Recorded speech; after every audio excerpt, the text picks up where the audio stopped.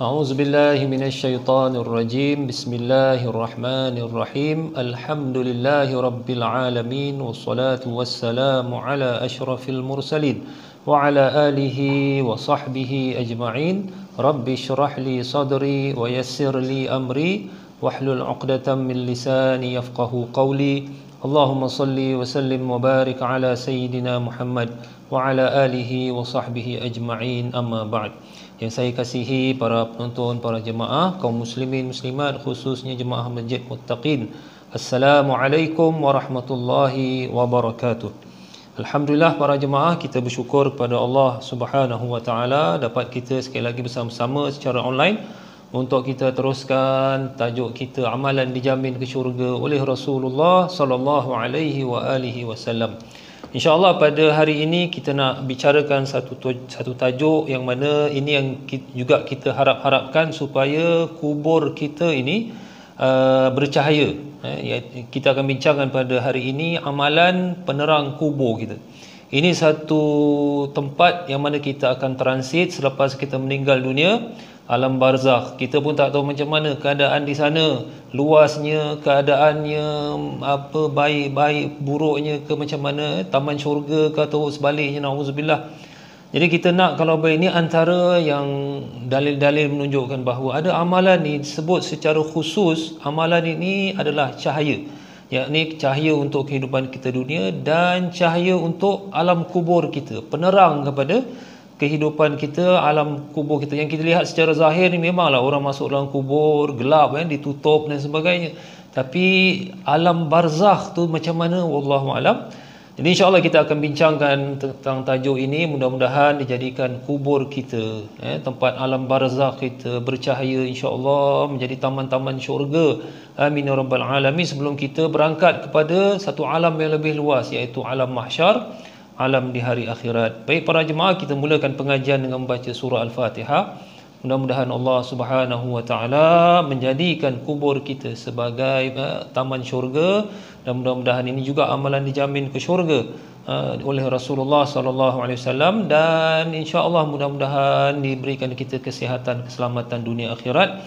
Ala hazihi niyya wa ala kulli niyatin salihah ila al-habibil mustafa sallallahu alaihi wasallam wa ila jami'il mu'minin wal mu'minat. Al-Fatihah. A'udzu billahi minasyaitonir rajim. Bismillahirrahmanirrahim. Alhamdulillahi rabbil alamin arrahmanir rahim maliki yaumiddin. Iyyaka na'budu wa iyyaka nasta'in. Ihdinas siratal mustaqim. Siratal ladzina an'amta 'alaihim ghairil maghdubi 'alaihim waladdallin. Amin ya rabbal alamin. Para penonton, para jemaah sekalian, antara kita akan sebut beberapa perkara ni. Yang pertama sekali yang Rasulullah sebut bahawa amalan ni sebagai nur adalah sembahyang.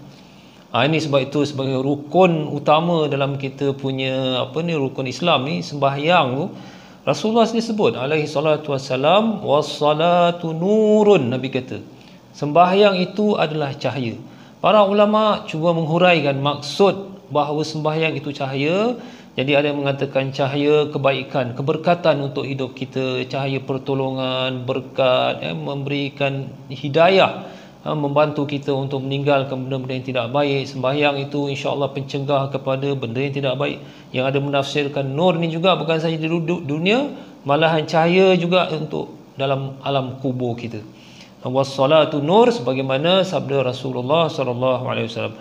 Satu perkara yang cukup menarik tentang sembahyang ni para penonton, iaitu para nabi-nabi dan rasul alaihimussalatu wassalam, Nabi sebut bahawa mereka ni dalam kubur mereka hidup. Ini satu perkara aneh. Hadis sahih bahawa innal anbiya ahya fi quburihim.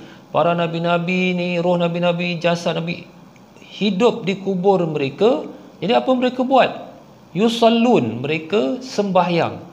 Jadi innal anbiya ahya fi quburihim, mereka hidup dalam kubur mereka. Macam mana, wallahu taala alam.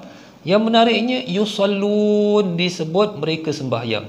Soalannya ialah, sembahyang saja, kenapa tak disebut bahawa mereka dalam kubur baca Quran ke, berzikir ke, mungkin ada amalan-amalan, tapi kenapa dia khususkan tentang sembahyang? Dan Ini satu persoalan yang mana menunjukkan satu amalan yang cukup luar biasa. Jawapan ya para penonton sekalian, sebab sembahyang ni sudah termasuk baca Quran.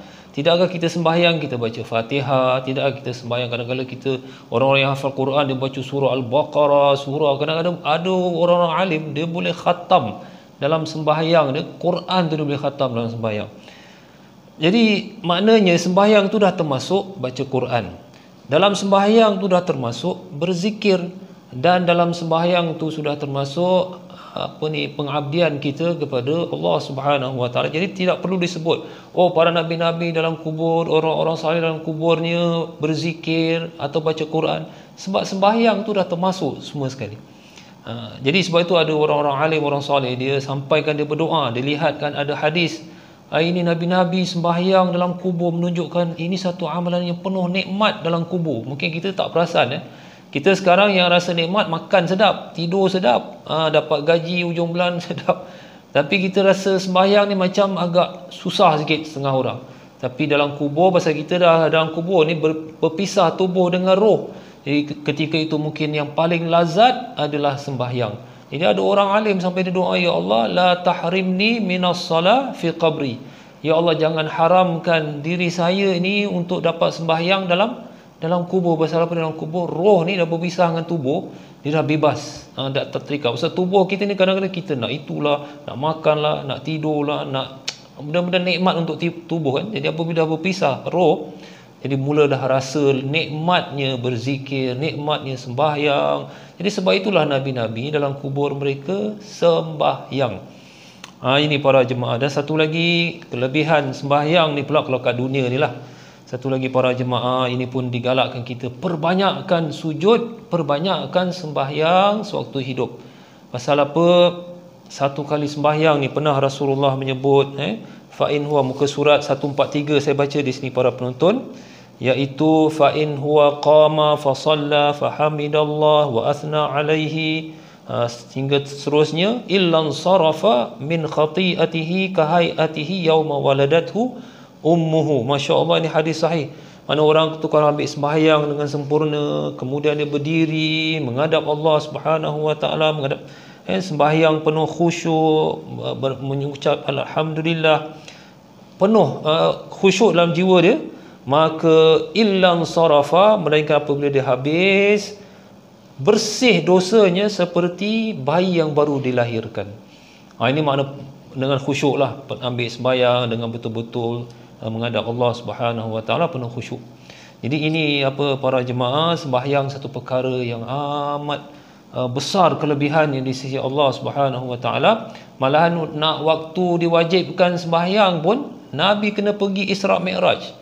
Kenapa sampai susah? Malaikat Jibril kasih tahu sajalah, wahai Rasulullah, difardukan satu hari 5 kali sembahyang. Kenapa nak perlu Isra daripada Mekah ke Baitul Maqdis, kemudian Mi'raj naik bertemu, nak mendapat perintah sembahyang ni sampai jauh sekali. Nak terangkan kelebihan, kemuliaan besar salat tu sendiri sebagai nur, dan juga ini amalan para nabi-nabi, roh nabi-nabi dalam kubur mereka bersembahyang, dan di satu amalan yang cukup besar kelebihan. Jadi ini pertamalah antara amalan yang mana menjadi cahaya kepada kita dunia, alam kubur, alam mahsyar, sembahyang kita. Dan Nabi pun galakkan banyakkan sujud, sebab orang yang banyak bersujud, banyak sembahyang sunat, akan bersama dengan Rasulullah sallallahu alaihi wasallam dalam syurga. Baik, ini berkenaan sembahyang di dunia ni lah, sebagai nur. Dan kalau boleh sembahyang tahajud pun sama, sembahyang isyak, subuh ke masjid ni pun saya ada terbaca satu hadis bahawa datang ke masjid dalam gelap, biasalah zaman Nabi kan gelap, maka beritahulah khabar gembira bahawa akan diberikan cahaya kepadanya di hari akhirat. Ini berkenaan sembahyang. Jadi kita cuba sembahyang wajib, sembahyang sunat, lebih-lebih sembahyang tahajud ataupun berjamaah isyak dan subuh. Baik, satu lagi para jemaah, amalan yang menerangi kubur kita. Ini satu yang agak pelik tapi ini amalan orang lain.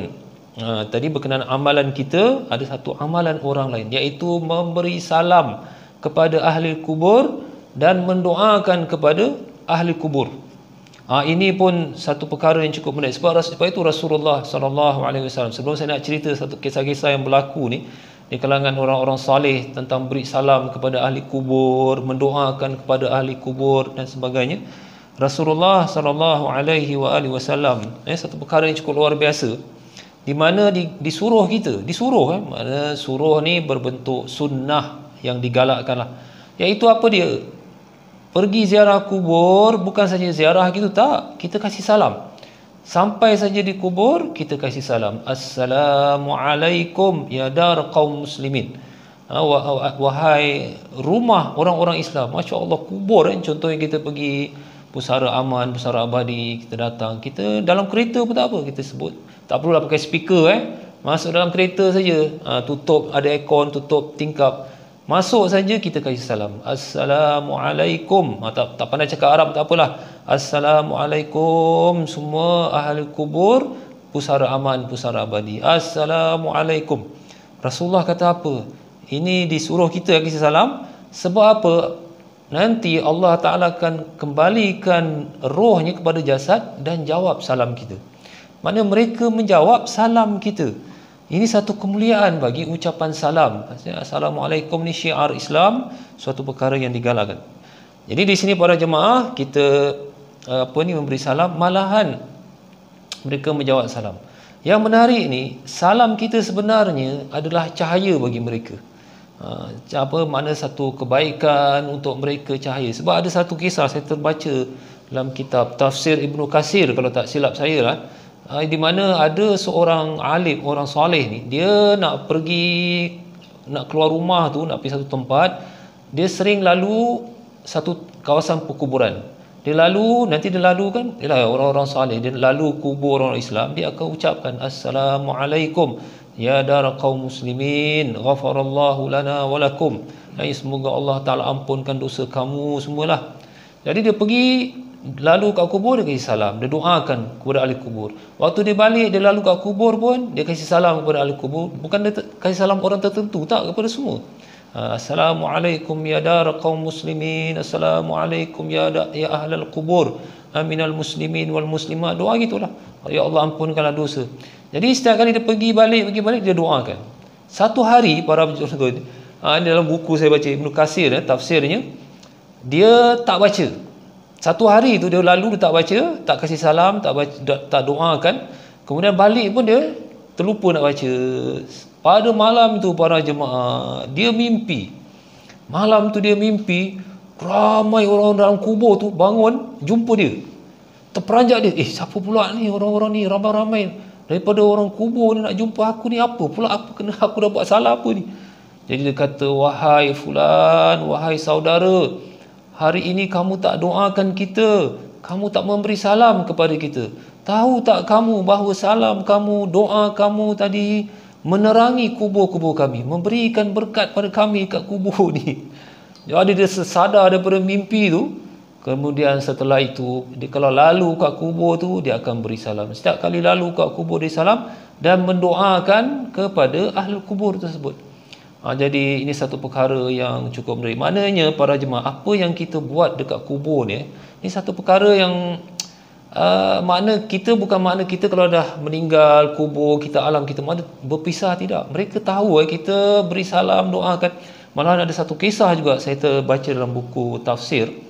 Ada orang alim ni, dia ziarah kawan dia meninggal, kemudian dia nak sembahyang sunat duha, mungkin dah terlupa, mungkin nak cari tempat lain, tak ada, dia sembahyang kat situ juga, kat kubur, sembahyang sunat duha. Dan apabila dia dah sembahyang sunat di situ, dia mengantuk, tertidur sekejap. Akhir dalam tidur sekejap tu, dia mimpi sebelah kubur itu yang dia ziarah datang jumpa dia. Dia kata, wahai saudara, tahu tak kamu tentang sembahyang yang kamu buat tu? Dia kata, apa pasal, apa yang salah saya sembahyang kamu? Tak. Dia kata, kamu ni dapat lakukan sembahyang yang kamu buat ni lebih baik daripada segala kebaikan dunia. 2 rakaat yang kamu buat tadi lebih baik daripada segala kebaikan dunia.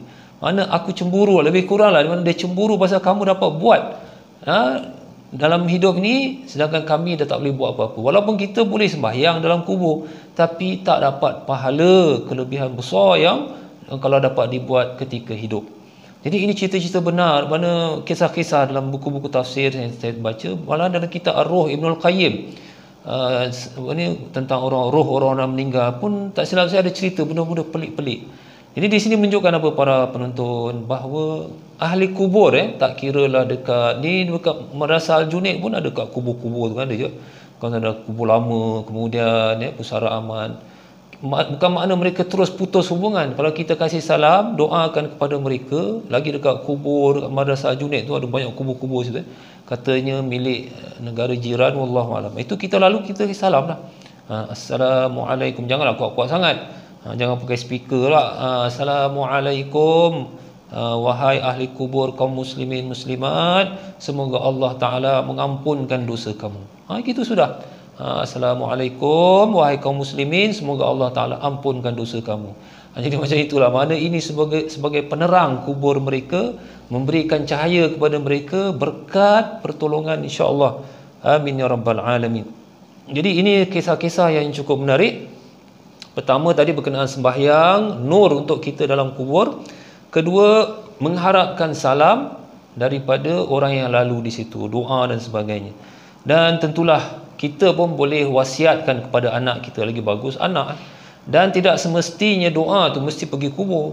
Kadang-kadang kita sekarang kat rumah, kita doakan, ya Allah, ampunkanlah dosa mak bapak kita, sebutlah family kita yang dah meninggal, ampunkanlah dosa mereka. InsyaAllah sampai doa yang kita panjatkan untuk mereka yang dah meninggal dunia, itu semua sebagai nur, cahaya untuk mereka. Jadi terutama anak-anak lah, itu yang paling bagus, doakan mak bapak mereka. Dan ini dia antara salam dan doa kepada orang yang telah meninggal dunia. Macam inilah kalau kita dapat ziarah Rasulullah SAW makam itu, itu lagi hebat juga. Memanglah Rasulullah tu memang kuburnya, masya-Allah. Tapi yang menariknya ialah Rasulullah SAW jawab kita punya salam tu. Dan salam Rasulullah adalah doa. Jadi kita kasih salam, kita ziarah Nabi ini Masjid Nabawi itu, Assalamualaikum ya Rasulullah, salamullahi alaikum warahmatuhu wabarakatuh. Nabi akan jawab salam kita. Dan Nabi punya jawab ini lagi makna lagi hebat. Nabi punya salam doa, Nabi akan jawab waalaikumsalam warahmatullahi wabarakatuh. Walaupun memberi cahaya kepada Nabi, tapi Nabi punya doa untuk kita ni lagi hebat. Sekarang kita doakan orang ahli kubur, memberi cahaya kepada mereka.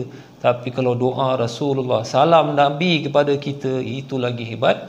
Sebab itu para jemaah, kalau kita nak, sebab tu orang kata, kalau kita nak dapat doa daripada Nabi, ziarah Rasulullah di Madinah, kita kasih salam, Rasulullah jawab salam, dan salam Rasulullah adalah doa.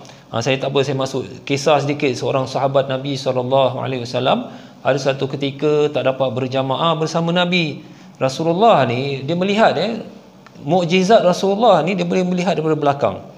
Jadi perasan ada orang ni tak datang, ada seorang sahabat tak datang sembahyang berjamaah beberapa kali, tak nampak ni, mungkin tak sihat. Jadi Nabi ziarah tempatnya, rumahnya. Kata, Assalamualaikum warahmatullahi wabarakatuh. Nabi kalau kasih salam sempurna. Kita kalau kasih salam ni entahlah, boleh jugalah. Assalamualaikum, kadang Assalamualaikum, kom dia dengar.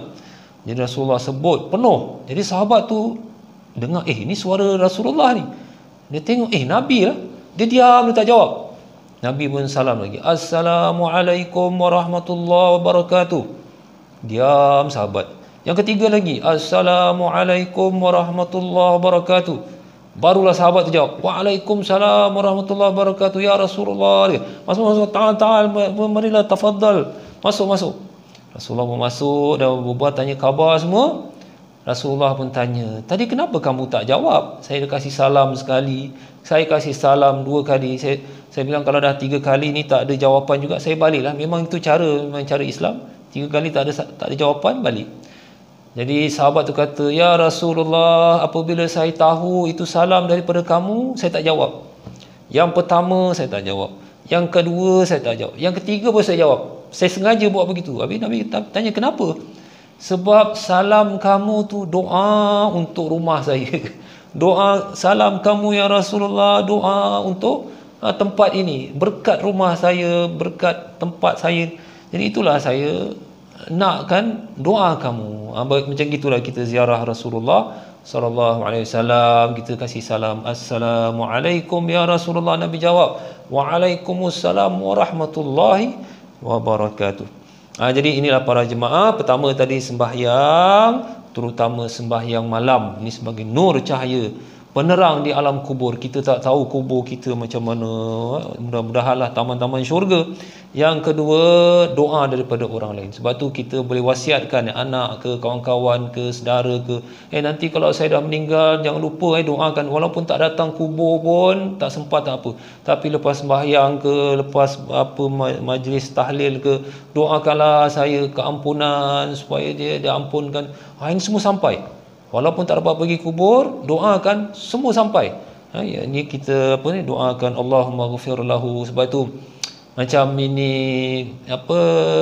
imam-imam masjid kan, kadang-kadang dia baca Allahumma ghafir li jami'al mu'minina wal mu'minat wal muslimina wal muslimat. Ya Allah, ampunkanlah dosa orang-orang mukmin dan mukminat. Ini semua doa ni sampai kepada ahli kubur semua. Sampai. Cuma ini tengok keadaan lah. Kalau orang-orang Islam yang biasa, yang telah diampunkan Allah, insya-Allah dapatlah kelebihan. Ini masalahnya kalau orang-orang yang zalim, yang kejam, yang jahat perangai, ini kita tak tahu. Kita serah pada Allah Subhanahu Wa Taala. Tapi secara umum, orang yang dapat salam daripada orang yang masih hidup, doa dan sebagainya, semua sebagai nur. Satu lagi berkenaan baca Quran. Ini baca Quran di kubur. Ini pun ada, walaupun berbeza pandangan di kalangan ulama, tapi ramai yang membolehkan baca Quran di kubur. Antaranya Imam Syafi'i rahimahullah wa radhiyallahu anhu boleh. Sebab antara sebabnya mereka membolehkan baca Quran atas kubur, mudah-mudahan sebagai penerang kubur mereka, mak bapak kita sebagainya. Sebab Rasulullah pernah satu ketika lalu di dua kubur, dan Nabi ambil daun daripada daun kurma, pokok kurma punya pelepah tu kan, yang masih hijau, diletakkan satu di sini, satu di sini, yang masih hijau, masih segar lagi. Dia kata dua orang ni ada masalah pasal satunya di dunia sering membawa fitnah, ni namimah, buat cerita-cerita jahat lah, melaga-lagakan orang. Namimah ni mengadu domba, orang katalah, jadi batu api, senang cakap lah, menyebabkan orang bergaduh. Satu lagi pula dia kencing tak bersih lah, ni setengah bahasa dah buang air kecil tu, tak saja, tak ada istinja. Jadi Rasulullah letakkan ni dua, selagi dua ni basah, dia berzikir. Ni dia berzikir kepada Allah, meringankan yang diazab di dalamnya. Jadi di sini para ulama mengatakan, kalau sekiranya yang masih hijau, daun yang masih hijau, berzikir mengurangkan tekanan untuk orang yang dalam kubur atau mengurangkan azab, bagaimana kalau kita baca Quran? Bagaimana kalau kita baca zikir atas kuburnya, hadiahkan untuk orang yang dah meninggal, baca Quran terutama. Jadi insya-Allah ini lebih aula, orang kata, lebih utama. Sebab itu ramai mazhab Syafi'i memang boleh baca dah atas kubur, baca Yasin ke, baca surah Al-Kahfi ke, surah Al-Mulk, surah macam-macam lah, apa yang kita senang, supaya memberi nur cahaya kepada kubur tersebut. Dan insya-Allah sebenarnya banyak lagi lah perkara ini yang menjadi penerang kubur. Jadi itulah kita cuba dua, iaitu sembahyang. Sebenarnya amalan-amalan soleh secara umum insya-Allah membantu kita di kubur, tapi disebut secara khusus pasal Nabi yang sebut as-salatu nurun, sembahyang itu cahaya.